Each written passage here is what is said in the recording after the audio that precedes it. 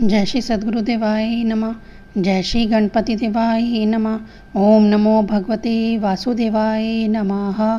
श्रीमद् भागवत महापुराण पंचम स्कंद 21वां अध्याय। सूर्य के रथ और उसकी गति का वर्णन। श्री सुखदेव जी कहते हैं, राजन, परिमाण और लक्षणों के सहित इस भूमंडल का कुल इतना ही विस्तार है, सो हमने तुम्हें बता दिया। इसी के अनुसार विद्वान लोग भूलोक का भी परिमाण बताते हैं। जिस प्रकार चना मटर आदि के दो दलों में से एक का स्वरूप जान लेने से दूसरे को भी जाना जा सकता है, उसी प्रकार भूलोक के परिमाण से ही भूलोक का भी परिमाण जान लेना चाहिए। इन दोनों के बीच में अंतरिक्ष लोक है, यह इन दोनों का संधि स्थान है। इसके मध्य भाग में स्थित ग्रह और नक्षत्रों के अधिपति भगवान सूर्य अपने ताप और प्रकाश से तीनों लोकों को तपाते और प्रकाशित करते रहते हैं। वह उत्तरायण, दक्षिणायन और विषुवव्रत नाम वाली क्रमशः मंद, शीघ्र और समान गतियों से चलते हुए समय अनुसार मकर आदि राशियों में ऊंचे नीचे और समान स्थानों में जाकर दिन रात को बड़ा, छोटा या समान करते हैं। जब सूर्य भगवान मेष या तुला राशि पर आते हैं तब दिन रात समान हो जाते हैं। जब वृष आदि 5 राशियों में चलते हैं तब प्रति मास रात्रियों में एक एक घड़ी कम होती जाती है और उसी हिसाब से दिन बढ़ते चले जाते हैं। जब वृश्चिक आदि 5 राशियों में चलते हैं तब दिन और रात्रियों में इसके विपरीत परिवर्तन होता है। इस प्रकार दक्षिणायन आरंभ होने तक दिन बढ़ते रहते हैं और उत्तरायण लगने तक रात्रियां।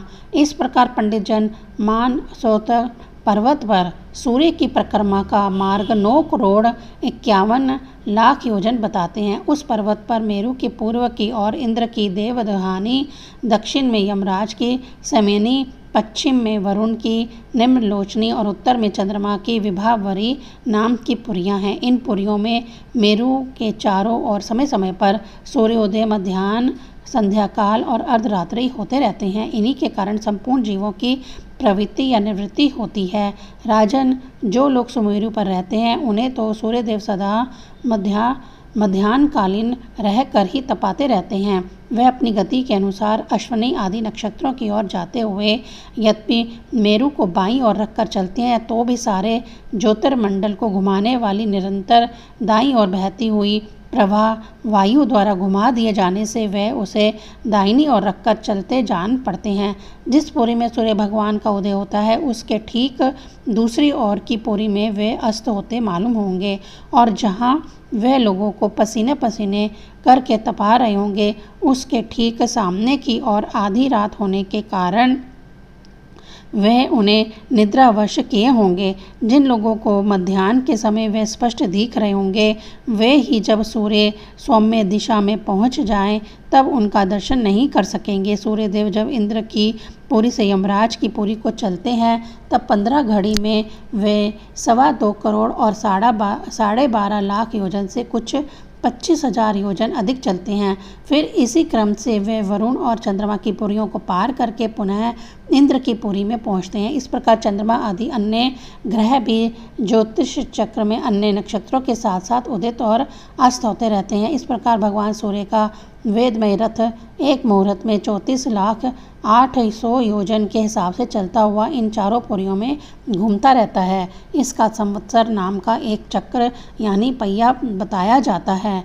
उसमें मास रूप 12 आरे हैं, ऋतु रूप 6 नेमियाँ यानी हाल हैं, 3 चौमासे रूप 3 नाभि है। इस रथ की दूरी का एक सिरा मेरु पर्वत की चोटी पर है और दूसरा मानसोत्तर पर्वत पर। इसमें लगा हुआ यह पहिया कोलू के पहिए के समान घूमता हुआ मानसोत्तर पर्वत के ऊपर चक्कर लगाता है। इस धुरी में जिसका मूल भाग जुड़ा हुआ है ऐसी एक धुरी और है, वह लंबाई में इससे चौथाई है। उसका ऊपरी भाग तैल यंत्र के धुरे के समान ध्रुवलोक से लगा हुआ है। इस रथ में बैठने का स्थान 36 लाख योजन लंबा और 9 लाख योजन चौड़ा है।